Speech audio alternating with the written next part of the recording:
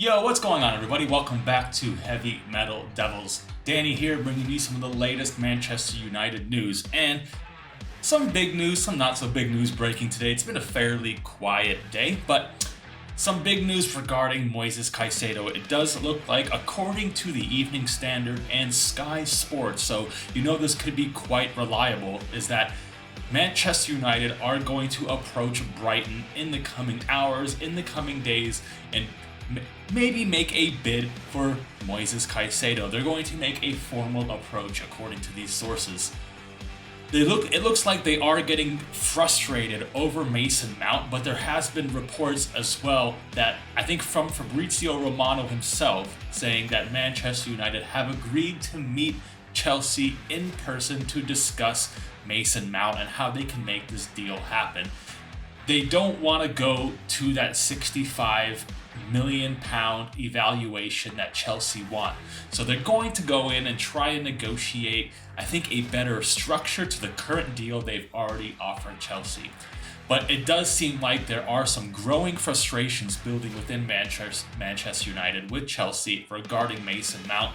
I don't blame them. What we're offering is more than enough.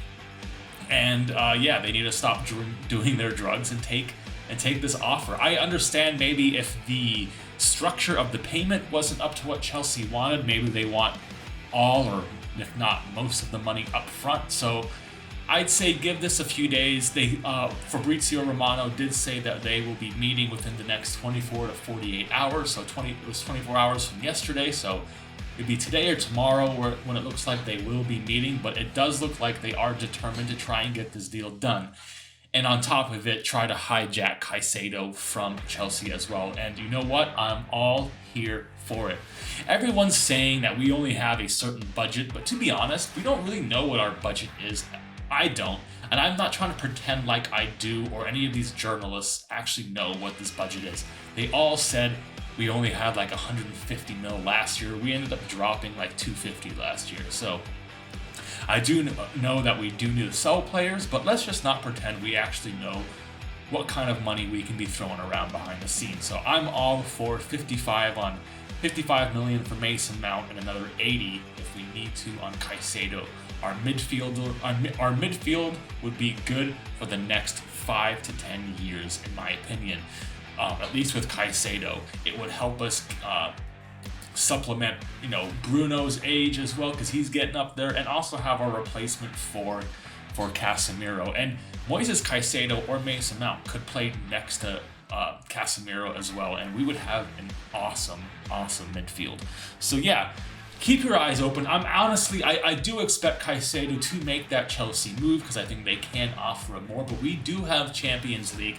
And in the past, he has mentioned how Antonio Valencia is a hero of his, and he wants to emulate what he's done. So, and he said that Manchester United was a dream for him. So let's see if he was actually talking the truth, if he was just spitting the game because we were about to sign him just a few years ago.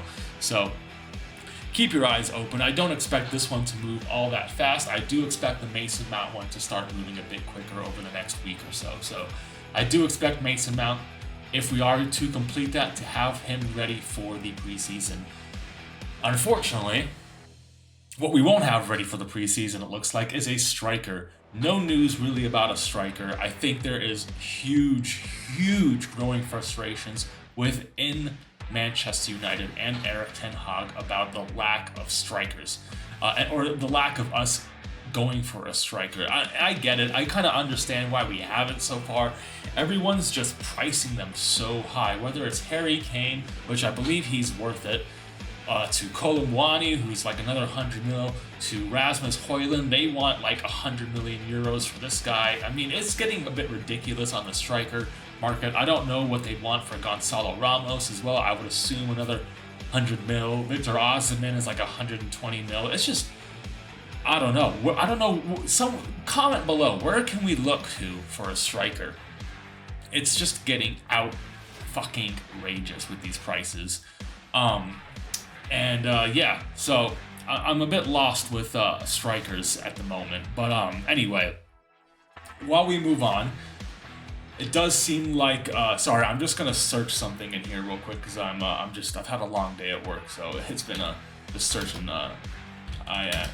because I know we're about to sign a dude from Ajax, or we're looking to sign someone from Ajax, and I just can't remember his name at the moment. Sorry, I'm an idiot. Oh yeah, Mohamed Kudus. Sorry, that we're looking at Mohamed Kudus as well. He's a young, I think, central attacking midfielder from Ajax as well. Very good numbers as well. And I don't think he'll come in and start right away. He does look like maybe a backup to Bruno because, I mean, we all know Bruno is like the Energizer Bunny. He does not stop unless he is forced to stop. No injuries, which is insane. And he just never really misses a game. He plays every single minute of every single game. But there will come a point where we need to start resting him. And not only for CAM, this guy can play on the right as well. He does have a wicked left foot. But he's a bit more two-footed, not like Antony, who just uses his left foot. So he can supplement on the wings and maybe in a false nine role as well. I believe this guy is really, really high on Erik Ten Hag's list. What a shocker. He's from Ajax. Ten Hag brought him to Ajax, has coached him, so he probably knows him very, very well. So yeah, keep an eye out for Mohamed Kudus. Let me know if that is someone you love at the club. I would love this dude as a backup and then maybe eventually a starting player as well. But on to the goalkeeping situation. A few hours ago, it looked like David De Gea put out like one of those sleeping emojis or yawning emojis, looking like he is bored of this entire situation. We're all right there with you. We're all bored of whatever we're trying to do during this transfer window anyway. But reports from Italy are saying Onana is getting closer and closer and closer and closer to Manchester United. And I can honestly see this one really, really happening and progressing very quick. He's only worth, I think they're only charging about 45 million pounds, I think about 55 million euro. So I think that's an absolute steal for us. He's great with his feet. He can be a questionable stop shotter.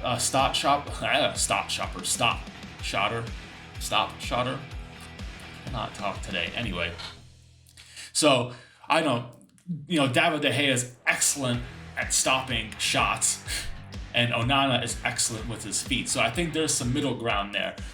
Right now, we need someone who is decent at making stops, but excellent with their feet if we're gonna play the way we want to play. And I see a lot of people saying, "Oh, I don't get how he's gonna make us better if we don't have a striker, if we don't have so and so in our team." And let me tell you, we'll be a lot better once we stop passing the ball to the wrong person from our goalkeeper, okay? Have you seen how many times that happened last season when David De Gea couldn't make a damn 10 to 15 yard pass going straight to other players or picking the wrong players out, just knocking the ball forward? I think this is going to greatly, greatly help our build-up play and get the ball forward even better with more precision. So yeah, I'm expecting Onana to join. I'm hoping he joins by preseason. I think it will help Inter out a lot to have this deal done by the 1st of July. But that's only a few days away, so I don't know if that's actually going to be done, but I do see this happening shortly after that. Because we do need a goalkeeper. I think our entire I think we went into this summer with a set plan. And this whole David De Gea thing kind of just threw everything up in the air. And I'm honestly starting to think that maybe Erik Ten Hag is also not that keen on Eriksen anymore. I think he'll be keen on him on teams that sit back all the time, but seeing how we're in for loads of midfielders, in particular number 8s, you can see that he is just not feeling Eriksen as much. And we saw this in big games. Eriksen just gets totally dominated in the midfield by just teams that have more energy. He doesn't have the energy and can't run around like everyone else can, but he does throw in a sick pass every now and then. So we do need to keep him in the team for teams that sit back and expect us to have loads of possession. So yeah, let me know your thoughts on Andre Onana, Mohamed Kudus, and who else did I mention in here? Oh, Moises Caicedo, Mason Mount. Sorry guys, it's been a long day. My head is just poof. So yeah, let me know what you think about all these potential transfers because we do need to start getting things rolling. I'm getting a little bit nervous here, guys. Just getting a little bit nervous here. I know we don't typically do a lot of business in June, but damn. Let's get this shit going, alright? Anyway, y'all have a good day. I'll see you on the next one.